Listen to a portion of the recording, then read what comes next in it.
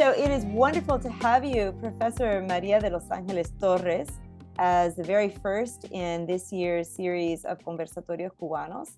I am particularly privileged to have you because you have been part of my own scholarly upbringing and evolution ever since I read your first book, In the Land of Mirrors.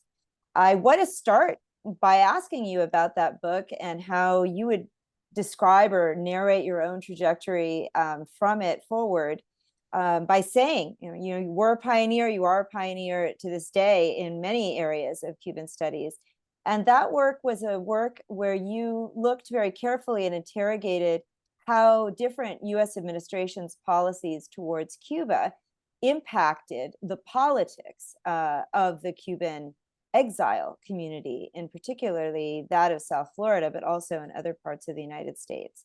So I wonder why you think you chose that particular topic or area of exploration, and how your own identity and experience might have influenced your scholarship.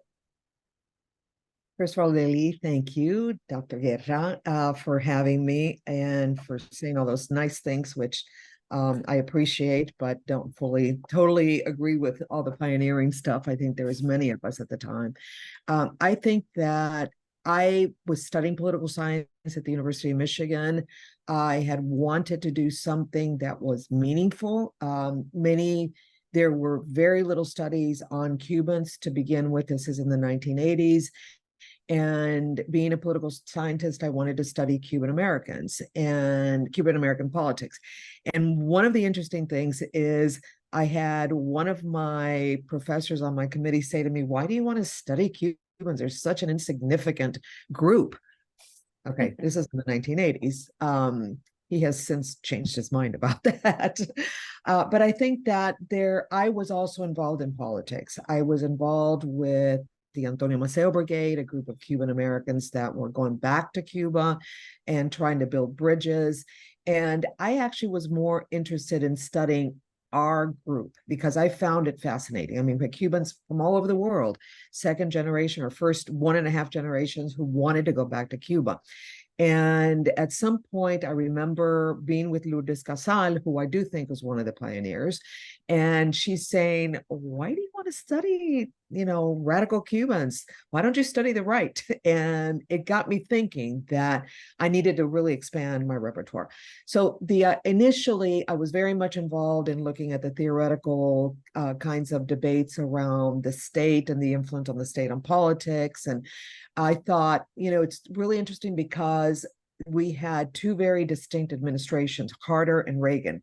And I thought, okay, I'd like to see how the different policies towards Cuba influenced the politics of Cubans in the United States. And clearly there were differences, all right? I mean, during the Carter administration, groups that wanted a relationship with Cuba, Democrats, etc., kind of had a moment during the Carter administration. When Reagan came, completely shifted.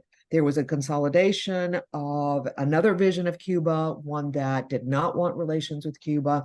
And so that was part of the study. And as I was traveling to Cuba, also became aware that there was another huge factor there, and that was the Cuban state. Cuban state had very definitive policies towards communities abroad.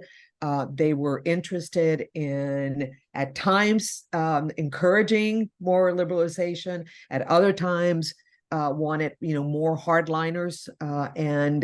I mean, much later did I figure out that there were like different factions, right, in the Cuban government, that some advocated for one thing and the other one, they were struggling it out.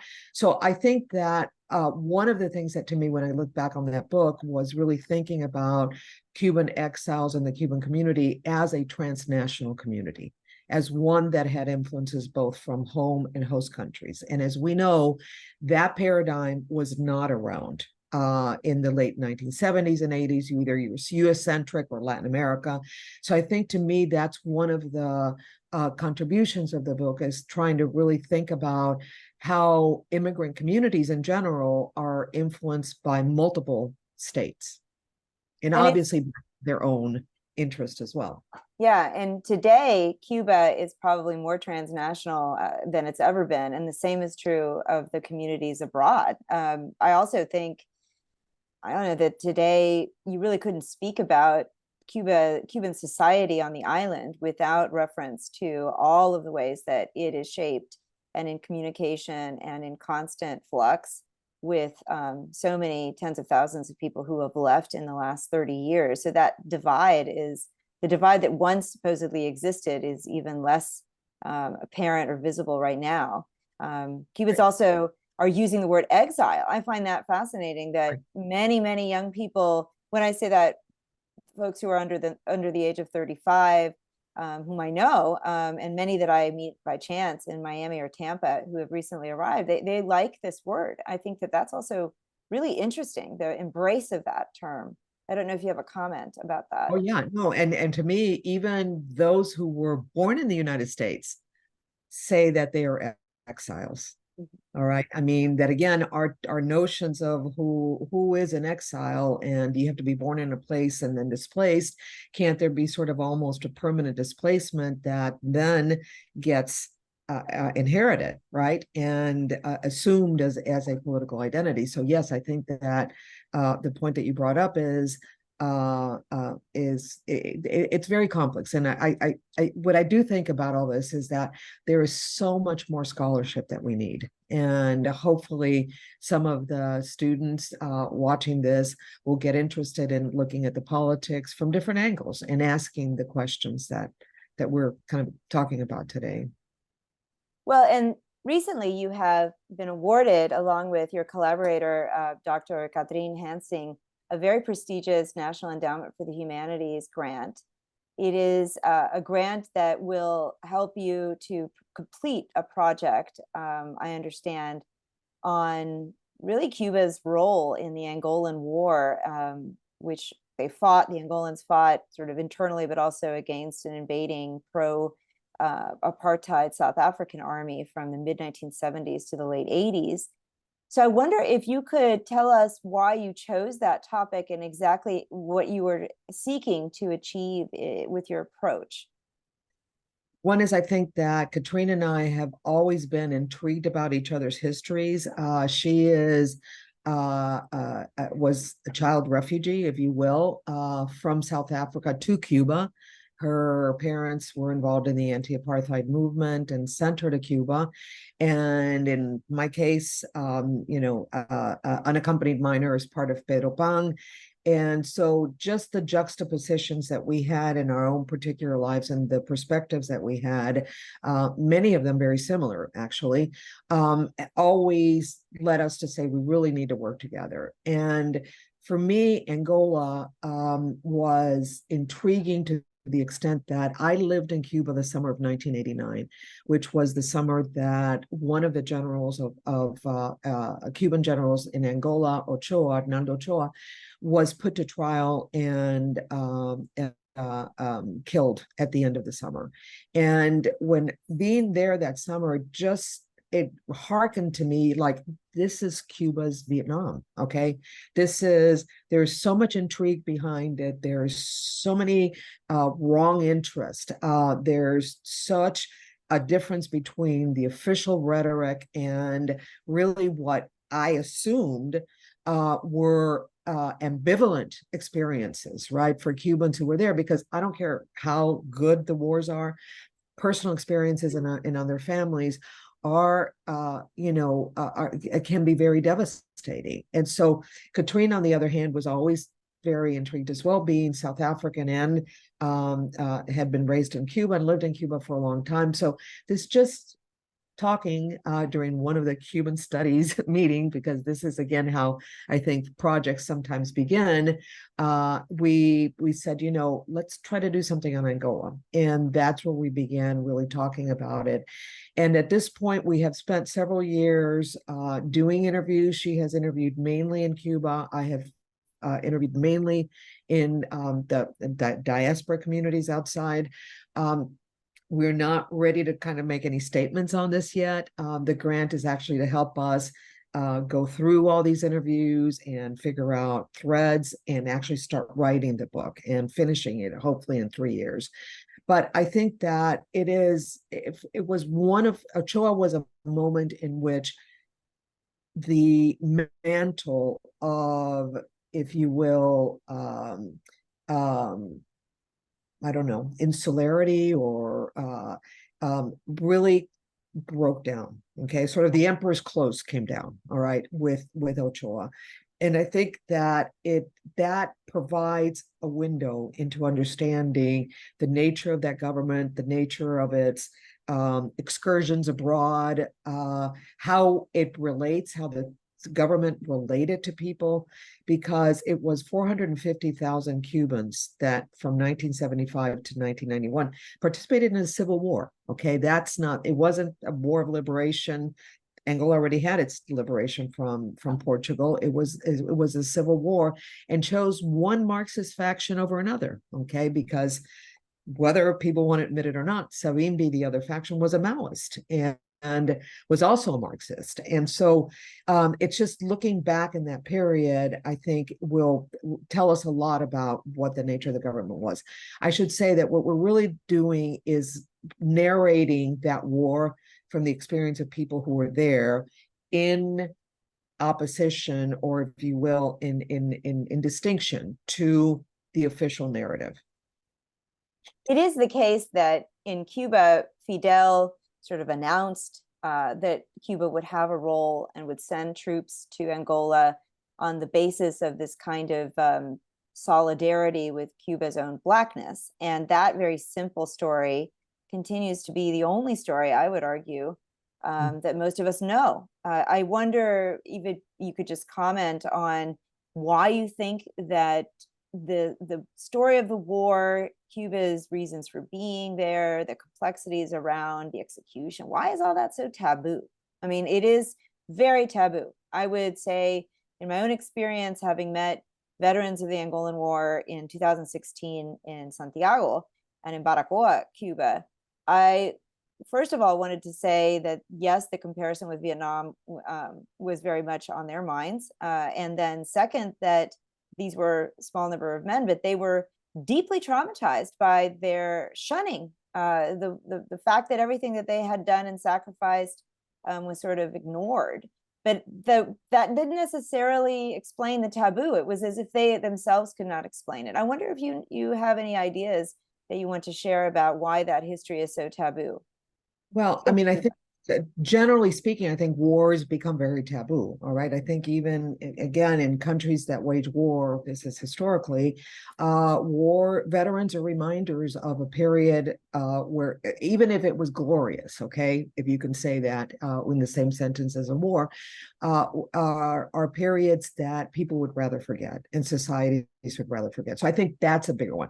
The specificity of Cuba to that is, I think that there were many mixed reasons on the part of Fidel to be involved in that war. I think that the rhetoric was not so much with Cuba's Blackness as it was with the debt to slavery. And as many Cubans say, hey, Cuba wasn't a slave country, Spain was. Okay, Cuba was not. And even Neto at some point tells Fidel, you're not here to pay back a debt. You're here because we're ideological brothers. Okay, sort of like, don't try to use the race card in telling me why you're here. I think that Cuba had excursions all over the world, and Africa clearly was one of the strategic, if you will, from early on, okay, from Algeria to Ethiopia to Congo con el Che Guevara. I've personally, and this is not really something that I'm studying, but just an opinion, I think that Fidel had this idea that if there were 1 million conflicts around the world, the United States then would have a harder time just focusing in on him. And I think that sense of survival, if you will, also then leads to an incredible economic enterprise. In the case of Angola, Cuba was paid per soldier They were paid for the teachers and the doctors. We're seeing that today, right? How they, receive payments from different governments, including, by the way, Angola. Okay. I think Díaz Canales was just in Angola this week, and he went, interestingly enough, with the Minister of Health in Cuba. I mean, I say, well, what are they doing? They're bartering. They're bartering, oil for doctors. And so I think that was there from the very beginning. They also had no bid contracts. Angola, because it had been through a war of independence, and the Portuguese actually destroyed a lot of things as they were leaving. Cuba got no bid contracts to build all that. So add to that the fact that there's petroleum. Angola is one of the richest countries in Africa. There were diamonds and there were tusks. And so I think that the money behind this and the economic interests really speak volumes. And that's sort of the behind the scenes context. I don't think that the soldiers themselves were aware of that, except when you start piecing it together. Why was a regiment at the diamond mines with the Israelis? Okay. Why were Cubans like guarding American oil companies?